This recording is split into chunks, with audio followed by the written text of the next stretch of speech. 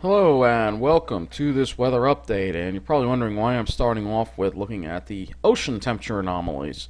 We're looking at the ocean temperature anomalies because this is going to explain what we're seeing when I get to the next part. And thanks to one of my viewers who said you can actually change this to Fahrenheit. The water temperature anomaly offshore. This is the amount of water this is the amount of difference in the anomaly in the temperature is 12.5 degrees Fahrenheit warmer than it should be in this whole area here off the east coast. All right, so that's 13 degrees right here in this one. And this tongue of water has been persisting all winter long, and it goes all the way up here. Even off Newfoundland, you have an anomaly of 13.7 degrees warmer than it's supposed to be. All right, this is very disturbing. This is why we're seeing all this unusual weather. This is affecting the jet stream. And that's why we're seeing all these crazy patterns that we're seeing. And the concern, of course, is that this is going to this is also bringing more humidity to us. It's bringing more storminess. It's going to be a real concern for the hurricane season as we go forward. That we could really be at serious risk for a really major hurricane. So again, I can change this to Fahrenheit, and look at that. Off Newfoundland, we have temperatures. Look at that. 70-degree water temperature, about maybe 150, 200 miles southeast of Newfoundland. That is crazy. So when we take a look at the water temperatures in this area, it's even warmer. So this is the area that we were just talking about. 77, 78-degree water anomalies. Close to 80 degrees here. 79.7 in this now we do have a thing called the Gulf Stream, but it's much stronger and warmer than it's supposed to be because of climate change. You have all these really warm water temperatures not that far away from us. So that's going to explain what you see here in the satellite image. So let's go and look at the satellite image, and you will see here. Let me make it larger.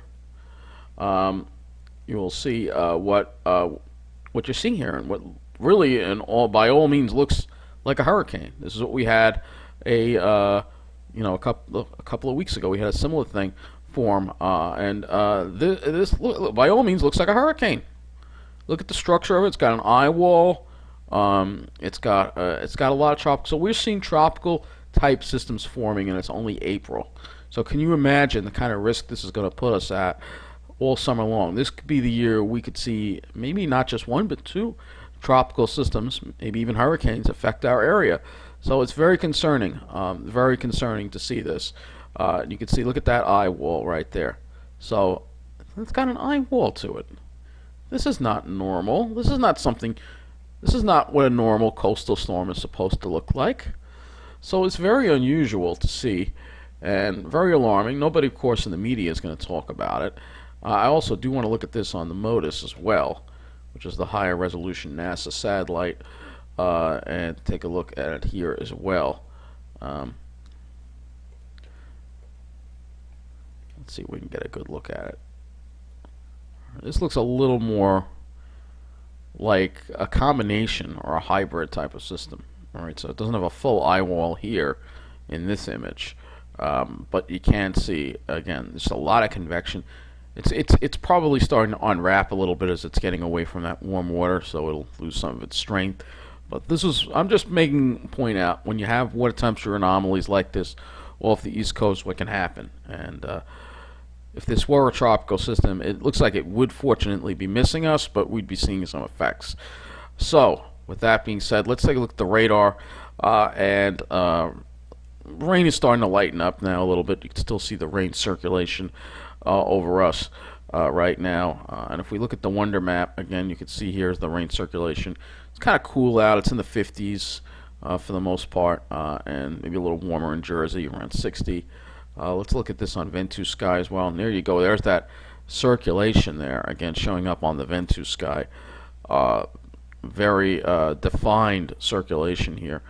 Again, you got all this warm air, warm humid air on this side of the storm, but the cooler air on this side. So it's becoming more extratropical, but it's got a combination of tropical and extratropical characteristics. And again, this is all because it's only April, all right? So that's what concerns me. It's only April. That water temperature is going to get much warmer as the summer goes on, and we could be seeing this whole area here off the East Coast become prime for tropical activity. So that's a real concern of mine. So let's see if we can get some rainfall amounts. I don't know if there are any listed on here, and there are not. So we'll just have to look at the airports and see what the rainfall amounts are. So looks like it's not raining anymore there. So let's see. Farmingdale actually didn't get that much rain. Doesn't look like there was that much rain there. Um, Surprisingly, kind of surprised like it was coming down here for quite a bit of the day. All right, let's see. I think it's going to get higher, and the winds are starting to pick up now. So north at 15, gusting to 23. Light rain falling at, yeah, this further out east, it looks like they got a little more. So that might be closer to an inch out there. Let's go and look at further out east. Let's go and look at West Hampton. Might even be higher there. Let's see. Oh yeah. Oh yeah. So they've got over an inch, 1.10 inches. So we don't have the official amount from the Weather Service. Hopefully they'll release that soon. But it'll probably be an inch or more in Suffolk County. So quite a wet April. But when you have warmer than normal ocean temperatures, that's what you can expect. So let's take a look at the models to see what happens here. So I think we'll just stick with the GFS because I think that's it for the rain. And that pulls away, and then we have another lake weak system move through on Wednesday. And then it could be another, this could be another LLJ event possibly for Friday. That low tracking up to the north like that. So let's take a look at our temperatures and see what's going to happen there. Alright, so tomorrow is going to be quite a warm day after this kind of cool day. See, temperature is going to shoot up quite a bit. Not going to be much of a sea breeze either with a westerly flow. Temperature is going to be in the mid 70s. Good news is the dew points will be low. For Wednesday, it'll be a little cooler, low 60s. It's a little more seasonable. And then it cools down a little bit for Thursday. No, we're in the mid 60s still. So no real cool air in sight. And Friday still maybe hanging on to some 60s. And then for Saturday, maybe it cools off a little more. And Sunday, by and large, looks like it's going to be above normal for the rest of this month. And then we have another type, looks like another backdoor type of situation as we head toward the end of the month. I'm not going to go into May right now. Let's look at the dew points. Alright, there's our storm right there. You can see it showing up very well. So, good thing is, like I said, dew points remain fairly low tomorrow. Not super low, but they'll be in the low 50s.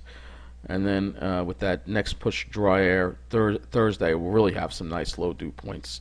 Be nice and dry that day. And then for Friday, we start to see that humidity come back up again. So it could be a little humid again on Friday with that little, again, that air coming right off that very warm water. Then for the weekend, it looks like it dries out. We could have some really nice dry air for Saturday. So let's take a look at the skies. Let's see what the skies are going to be doing. We're going to look at that. It actually shows up very well in the model. Look at that. It's the cloud. So tomorrow, looks like maybe the east end might be.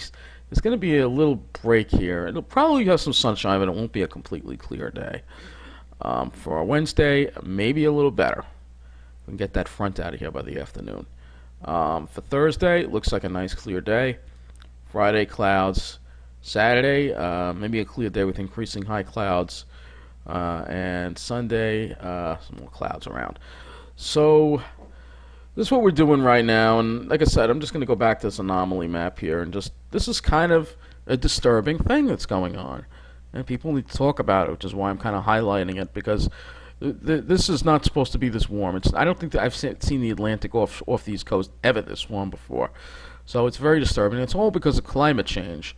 That's why we're seeing all these crazy patterns, and it's all because of the jet stream, probably because the jet stream has been in a position going from south to the north, that it's probably bringing up much warmer air, which is warming the ocean much warmer, more, and also the oceans absorb a lot of heat. So that's the first place you're going to look to see the effects of climate change. So if we look, fortunately, if we go just offshore, you know, if you go to the beach, it's not like you're going to be able to go swimming.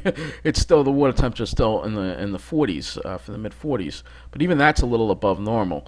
So we're starting off above normal, and it's only April, and it's very disturbing. So I want people to be aware of that, and I'm very worried about the fact that we may see. Imagine if we had a hurricane like Michael come and hit us, there'd be nothing left. I hope and pray that doesn't happen, because if that were to happen, many of us, including me, would probably have to leave Long Island, never to come back. So let's hope that doesn't happen, but the possibility is there. I want people to really take this climate emergency seriously. We need to do something, not just to stop burning fossil fuels, but also we're going to have to look at ways to actively cool the planet down, whether that be mimicking a volcano eruption, triggering a volcano eruption to put more dust into the stratosphere to block the sun, maybe ocean pumps to cool the ocean down. We need to be doing something now, because right now we've passed, I think, the point of even if we cut out burning fossil fuels, we're still going to see dramatic climate change. So we need to do something else to stop it. Anyway, that's going to be it for this weather update. Thank you for watching.